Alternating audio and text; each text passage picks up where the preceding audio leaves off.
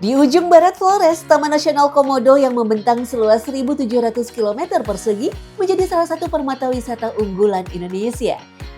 Namun, potensi wisata yang melimpah di Taman Nasional Komodo sekaligus Labuan Bajo yang dijadikan destinasi pariwisata super prioritas tak serta-merta membuat pembangunan dirasakan di kawasan tak jauh dari Labuan Bajo.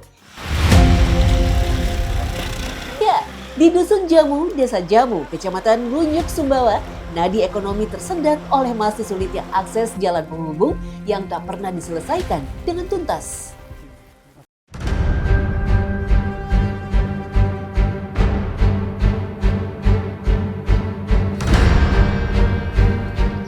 Perjalanan kami kali ini ingin memastikan kondisi Dusun Jamu, Desa Jamu, Kecamatan Lunyuk, Sumbawa. Setelah 9 tahun silam, tim Indonesiaku pernah mengunjungi kawasan terpencil yang seolah tak pernah tersentuh pembangunan lantaran akses yang sulit. Dulu mereka menembus akses sulit dengan naik kuda menuju ke Dusun Jamu. Biasanya mereka menghabiskan waktu sekitar 9 jam untuk sampai di Dusun Jamu.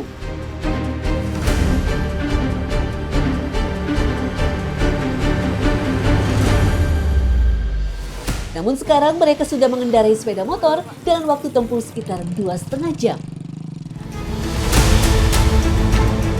Ya, sejak tahun 2020, warga Dusun Jamu sudah bisa mengakses jalan dengan kendaraan bermotor.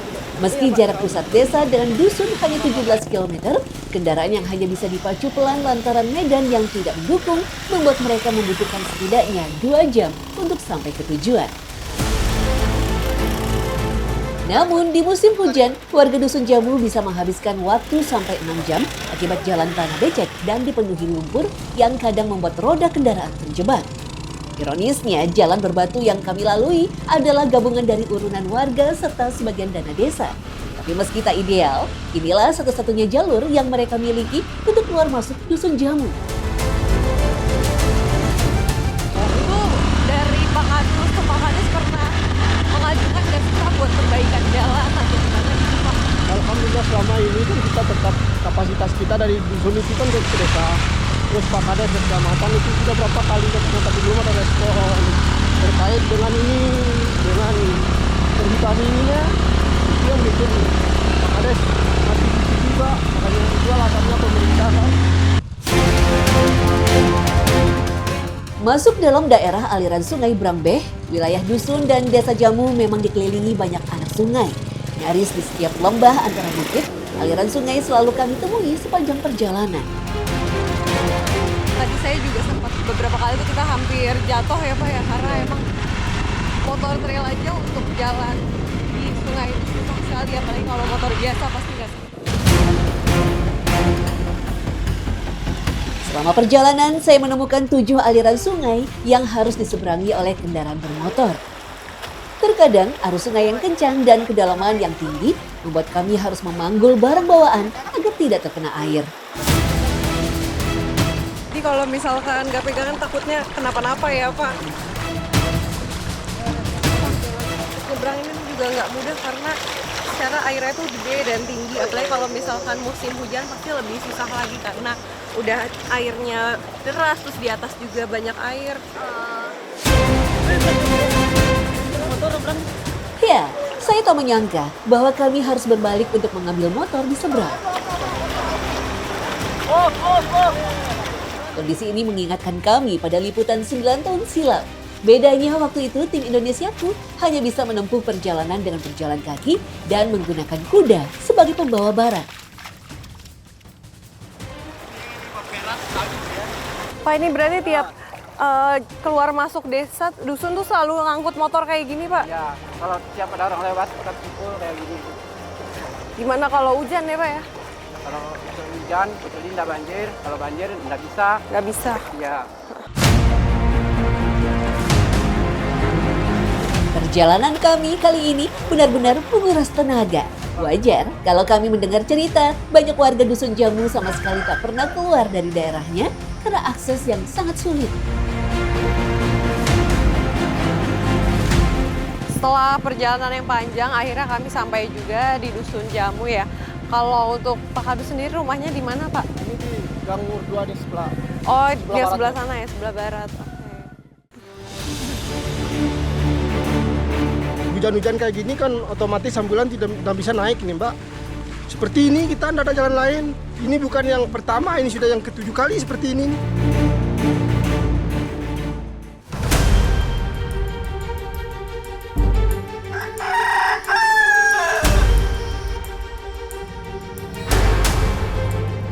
Keterbatasan akses itu juga yang membuat warga sulit menjangkau pendidikan yang lebih tinggi. Sampai sekarang, Dusun Jamu hanya memiliki satu sekolah dasar yang menjadi harapan satu-satunya bagi anak-anak untuk mengenyam pendidikan. Seperti inilah kondisi SD Negeri Jamu nih, bisa lihat di belakang saya itu gedungnya sudah cukup bagus ya, dan sudah ada sekitar 3 kelas gitu untuk mengajar kelas 1 sampai kelas 6 SD. Selain itu juga sudah ada ruang guru dan kantor. Tim Indonesia aku juga sempat ke sini dan kondisinya itu sangatlah miris. Di sini itu bisa dilihat gedungnya itu masih papan dan ruang kelasnya itu hanya 1 kelas untuk mengajar kelas 1 sampai kelas 6 SD. Jadi untuk fasilitas gedung tuh memang sudah ada perkembangan ya. Tapi meskipun begitu tetap masih ada beberapa kekurangan yang butuh dibenahi untuk mendukung kegiatan belajar mengajar di SD Negeri Jamu.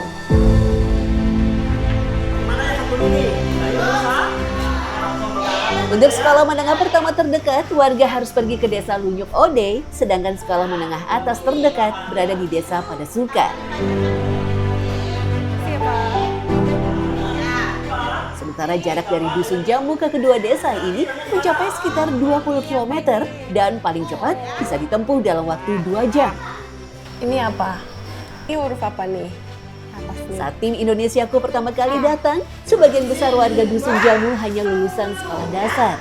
Namun kondisinya kini perlahan berubah, semakin banyak anak muda yang berani merantau ke Lunyuk, Sumbawa, atau Mataram untuk melanjutkan pendidikan dan mencari kesempatan yang lebih baik. Meskipun telah ada perbaikan, kondisi sekolah terbilang jauh dari kata ideal. Rata-rata 2 kelas dijadikan 1 karena kurangnya jumlah murid. Nah Bu, ini kalau untuk fasilitas belajar mengajar Bu, tadi kan saya lihat bukunya ada yang rame-rame, 1 buku berdua bertiga. Itu di sini apa masih kekurangan Bu kalau buku? Masih seperti buku. Masih ada yang kekurangan seperti kelas 5, kelas 4 masih ada yang 2 orang pakai buku kan. Nah, terus kalau fasilitas seperti olahraga kan matrasnya belum ada. Seperti kita olahraga lompat tinggi kan belum ada alatnya kan. Masih kurang lah.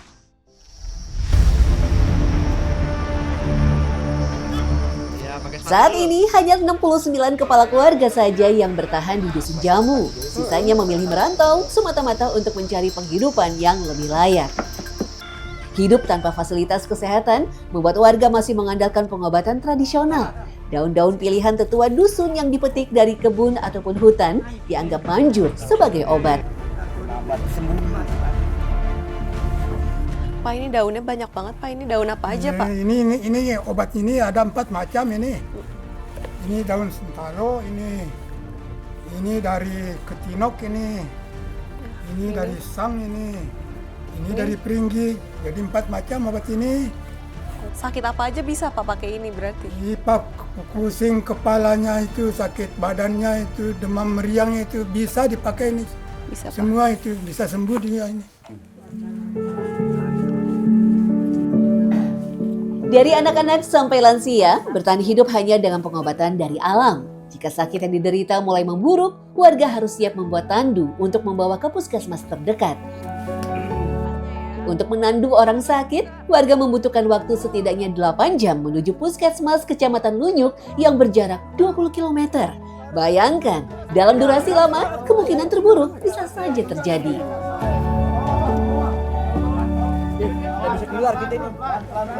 Oh, pelan-pelan. Karena di musim hujan ini kemungkinan besar ambulans itu tidak bisa memasuki Dusun Jamu, makanya seperti inilah cara untuk mengangkut ketika ada warga yang sakit, yaitu harus ditandu. Semakin buruk cuaca ataupun musim, semakin lama pula waktu yang ditempuh. Meski sebenarnya pemerintah Kabupaten Sumbawa sudah menyerahkan bantuan berupa ambulans double gardan, fasilitas itu biasanya berada di puskesmas kecamatan. Dan jika musim hujan seperti ini, pilihan satu-satunya hanyalah menggunakan tandu. memang kalau pas hujan-hujan kayak gini kan otomatis ambulan tidak bisa naik nih Mbak. Seperti ini kita tidak ada jalan lain. Ini bukan yang pertama, ini sudah yang ke-7 kali seperti ini nih. Pernah minta bantuan nggak Pak selain ambulans gitu Pak mungkin? Ya, yang pertama sekali kita tuh dari kemarin kan sudah kita coba minta dari Musrembang Desnya ke Pak Kades.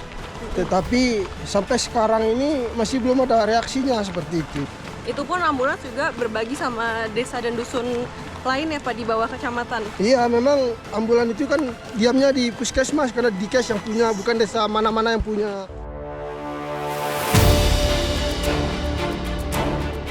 Di tahun 2017 lalu, saat tim Indonesiaku pertama kali datang, Dusun Jamu sama sekali belum mendapatkan akses listrik dari negara. Kini, 9 tahun berlalu, listrik PLN memang belum juga masuk, namun warga sudah memiliki panel listrik tenaga surya bantuan dinas sosial. Meski terbilang minimalis, tapi cukup untuk mengurangi gelap yang selama ini mereka hadapi. Ini nunggu karena apa Pak tadi ngedrop ya? Iya, saya. Karena sudah 2 tahun itu kayaknya, makanya tidak maksimal masuk stromnya.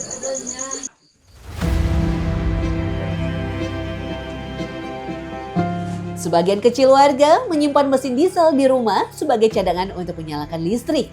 Namun mesin ini pun tak bisa dinyalakan setiap saat karena distribusi bahan bakar yang terbatas.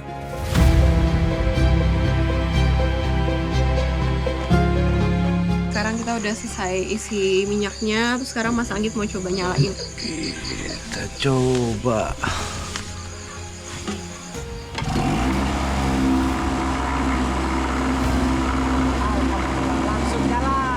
Mantap. Gila ya Mas, akhirnya lampunya nyala juga. Alhamdulillah sudah nyala. Mudah-mudahan kuat buat ngecas baterai. Amin.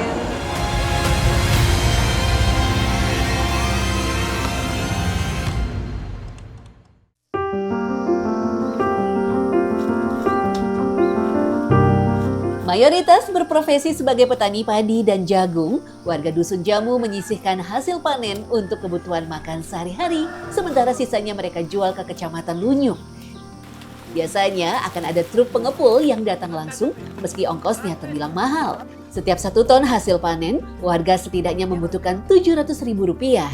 Maka jika hasil panen mencapai 5 ton, warga otomatis harus mengeluarkan biaya Rp3,5 juta. Sebuah angka yang memberatkan warga sehingga tidak mendapat hasil panen yang lebih tinggi dari modalnya. Namun jika musim hujan datang, warga akan memakai kuda persis seperti 9 tahun silam. Keterbatasan akses keluar masuk Dusun Jamu tidak hanya menghalangi warga dalam mencari nafkah. Seringkali mereka juga kesulitan untuk membeli bahan pokok untuk kehidupan sehari-hari. Kondisi ini membuat warga harus beradaptasi dengan alam dan mencari sumber makanan lain seperti ikan.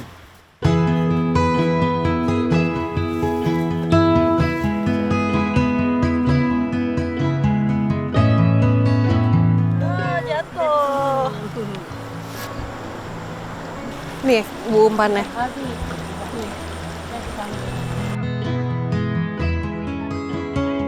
Di aliran sungai ini mereka biasanya mendapatkan ikan mujair, tawes, pipit, seriding, montang, belut hingga udang.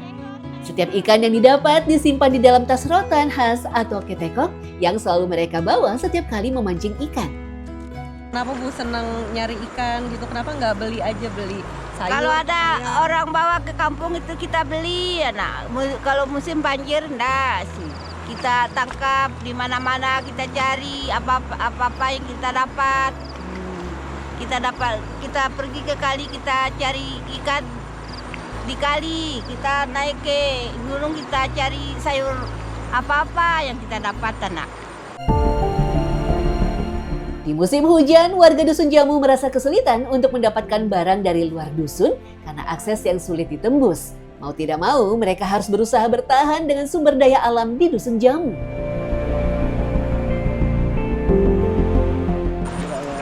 Kenapa ini?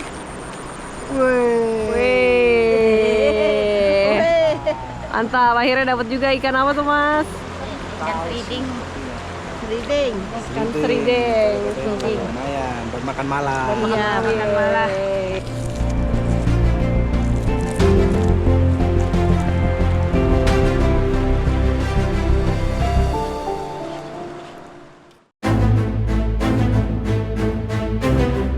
Di tengah keterbatasan, warga Dusun Jamu tetap bertahan dan memendam harapan yang nyaris padam.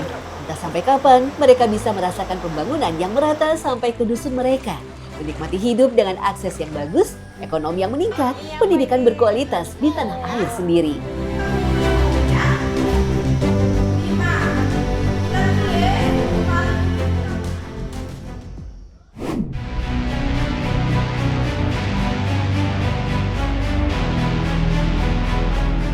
Penelusuran tim Indonesiaku kembali ke Sumbawa di Nusa Tenggara Barat.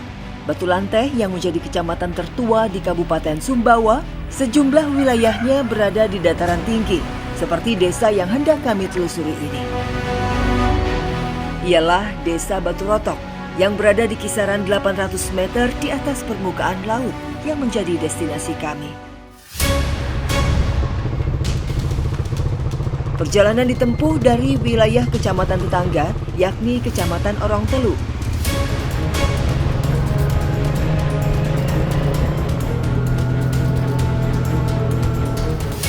Perjalanan kali ini langsung disambut derasnya hujan. Sementara akses jalan menuju Desa Batu Rotok terbilang amat sulit ditempuh. Kami pun melakukan sejumlah persiapan. Ini persiapan yang kami lakukan yaitu memasang rantai di ban motor karena sekarang kami berada di ujung aspal sebelum masuk ke jalan berlumpur.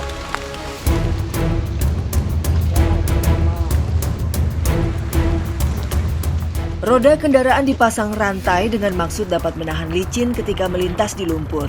Jarak yang harus kami tempuh dari aspal terakhir sebenarnya berkisar 6 km. Namun sejumlah hambatan kerap kami temui. Puncak musim penghujan seperti sekarang menjadi waktu yang mencekam untuk melintas di medan tempuh kali ini. Bagaimana tidak, tebing curam dan penuh jalan menanjak mau tak mau harus kami terjang. Kondisi jalan rusak parah seperti ini ada kurang lebih sepanjang 6 km. Dan ini sebelah kanannya tuh jurang, sebelah kirinya tuh tebing-tebing di keadaan sangat licin dan berlumpur kayak gini. Sungguh memilukan. Jalur seperti ini menjadi keseharian masyarakat di Batu Rotok jika ingin melakukan mobilitas keluar dan masuk ke desa. 6 km yang seharusnya bisa ditempuh kurun waktu 15 menit saja jika kondisi jalan normal menjadi berbeda di sini. Saking sulitnya, perjalanan yang kami mulai dari sekitar pukul 2 siang diestimasikan oleh warga yang membawa kami akan tiba di Batu Rotok selepas maghrib. Rupanya, hal ini karena hambatan seolah tak habis menghampiri.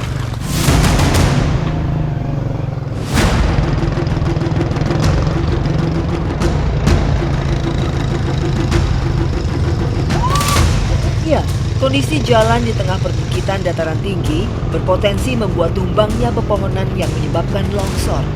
Perjalanan saya kali ini betul-betul menjadi salah satu perjalanan terekstrim dari banyaknya cerita perjalanan yang sudah saya lampaui.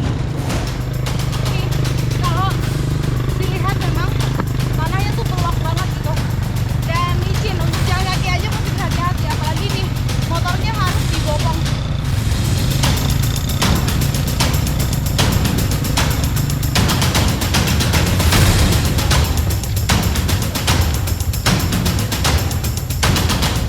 Selain tanjakan, kami juga dihadapkan dengan turunan yang curam. Saya sebagai penumpang justru lebih banyak turun berjalan kaki daripada dibonceng di atas sepeda motor.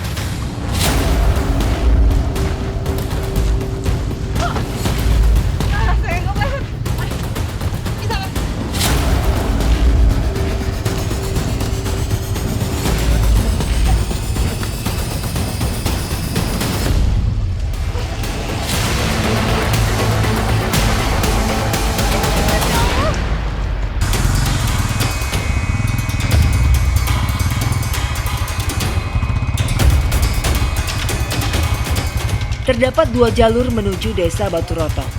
Via wilayah kecamatan sendiri yang memiliki aspal terakhir di Desa Tepal dan via kecamatan Orong Telu. Jalur yang tembus di wilayah kecamatan lain terbilang lebih singkat untuk mencapai pusat kota Sumbawa, apalagi saat musim kemarau.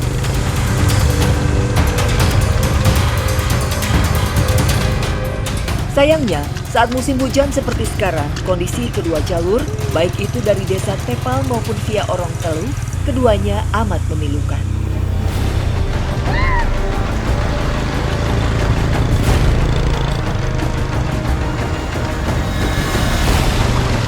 Desa Batu Rotok menjadi desa paling ujung di Kecamatan Batu Lanteh.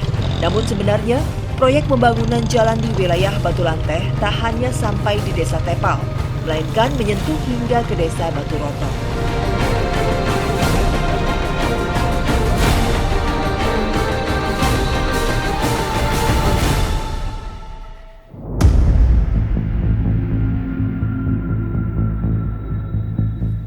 Desa Batu Rotok sendiri terdiri atas 10 dusun yang dihuni oleh sekitar 4.000 jiwa. Sejak dulu, sektor perkebunan dan pertanian menjadi sumber utama penghasilan masyarakat Desa Batu Rotok. Sayangnya, faktor akses jalan buruk membuat hasil panen masyarakat terasa sulit dioptimalkan, sebab sangat kewalahan untuk menjual hasil produksi kebun keluar dari desa. Salah satu hasil kebun yang melimpah di sini yakni buah alpukat. Warga Desa Batu Rotok sejak lama membudidaya alpukat karena karakter tanaman yang mudah tumbuh di daerah dingin. Alpukat cenderung mengalami musim panen sebanyak 2 kali dalam setahun. Jadi kebetulan di sini lagi musim panen alpukat.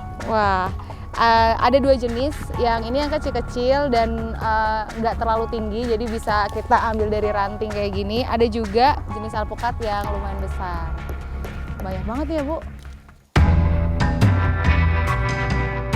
Kami mengumpulkan buah alpukat yang bisa dipetik dari ranting. Sementara Pak Jai sebagai pemilik kebun memetik buah yang dari atas pohon. Dengan begitu, buah berhasil terkumpul banyak dalam waktu singkat. Buah alpukat yang baru dipetik dari pohon tidak bisa langsung dikonsumsi. Biasanya membutuhkan waktu 1 hingga 2 hari didiamkan, baru alpukat akan matang sempurna.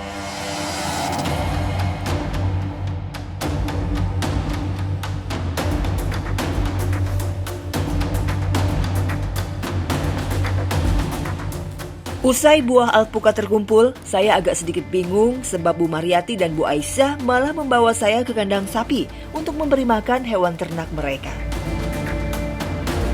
Rupanya, buah alpukat yang kami kumpulkan di kebun menjadi menu santap sapi atau hewan ternak lain di sini. Kondisi ini membuat saya tercengang. Ya, hasil panen kebun dijadikan pakan ternak karena tak ada nilai jualnya. Sungguh ironi.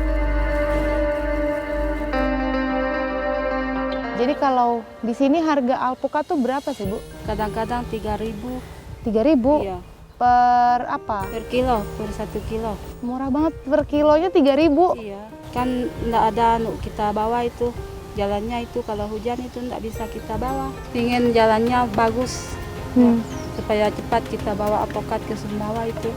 Ya, mudah-mudahan nanti jalannya kalau sudah bagus kan harganya tinggi. Tak ada pilihan bagi Mariati. Hasil kebunnya kini sama sekali tak bernilai, yang disebabkan tidak adanya akses jalan memadai untuk distribusi hasil panen. Mengenaskan.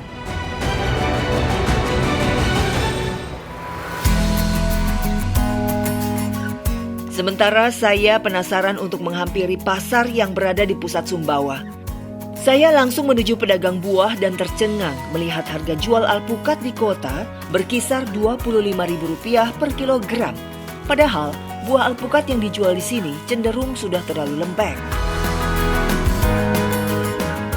Ini alpukat hasil dari Desa Batu Rotok, hasil panennya. Yang ini alpukat yang saya beli di pasar di Sumbawa. Terlihat sangat berbeda, namun harganya yang ini 1 kilonya Rp25.000, yang ini Rp3.000. Cukup miris melihatnya karena kalau dari segi kualitas, bentuk, ukuran, itu jauh lebih bagus yang ini dibandingkan yang ini gitu. Tapi di Batu Rotok, alpukat seperti ini nggak ada nilai jualnya sama sekali.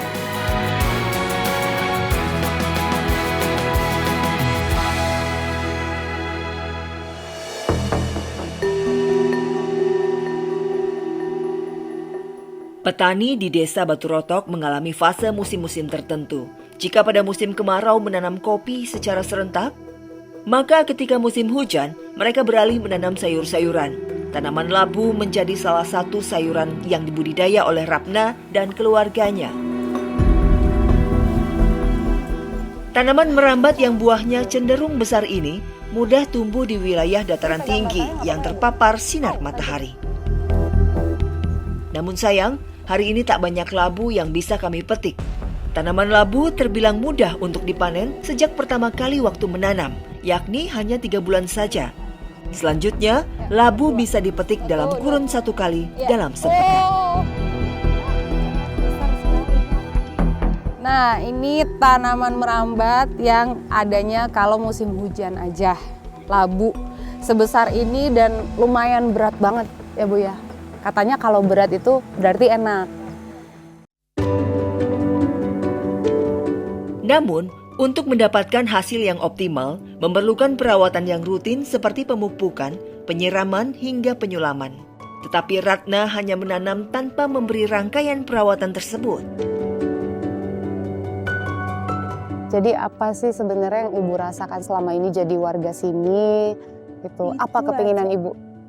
Kepingin jalan itu, pingin baik, ya. Supaya kalau jalan baik tuh bisa menjual ini ya Bu. Kita bisa menjual dengan hasil ada hasil sedikit-sedikit kita bisa dapat penghasilan lebih karena kalau misalkan jalan itu ternyata berdampak ke taraf ekonomi juga ya Bu sama warga di sini ya Bu ya. Ibu kepengen sekali jalan ke kampung Ibu bagus. Iya, ya. Itu aja. Saya bergerak melihat hasil tani lainnya, yang kurang lebih keadaannya sama seperti bengkoang dan labu.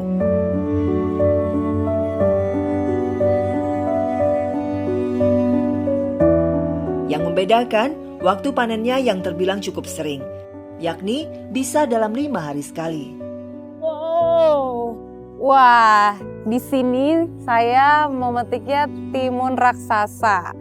Jadi nggak sama kayak mentimun pada umumnya gitu ya, ukurannya aja sebesar ini. Terus memang tumbuhnya di lokasi tanaman merambat pinggir kolam kayak gitu. Sekarang kami udah ngumpulinnya udah banyak banget nih lumayan.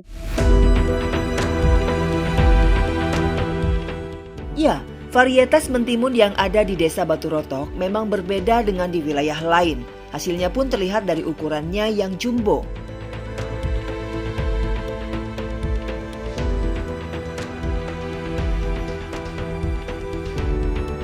Lia, berat bawa ini kemana-mana, nenteng-nenteng jualan kayak gini. Terus kenapa Ibu jualnya murah banget Bu? Ya, karena begitulah di sini. Nggak ada untuk kita jual ke kota, jalannya rusak. Kalau musim hujan ini terpaksa kita jual di sini harga murah.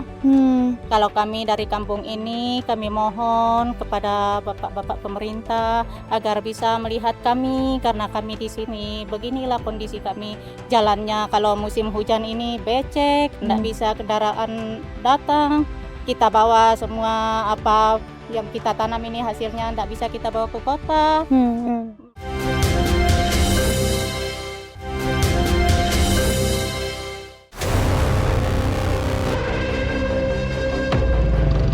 Sejak Indonesia merdeka, warga Desa Batu Rotok di Kabupaten Sumbawa, NTB belum pernah merasakan hak pembangunan mereka, utamanya infrastruktur jalan.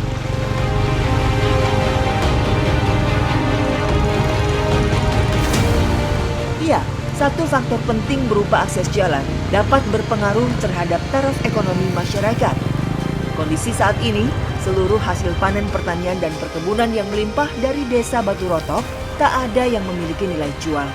Miris, Padahal, kebutuhan pokok seperti bahan bakar minyak dan beras kini harganya melambung tinggi.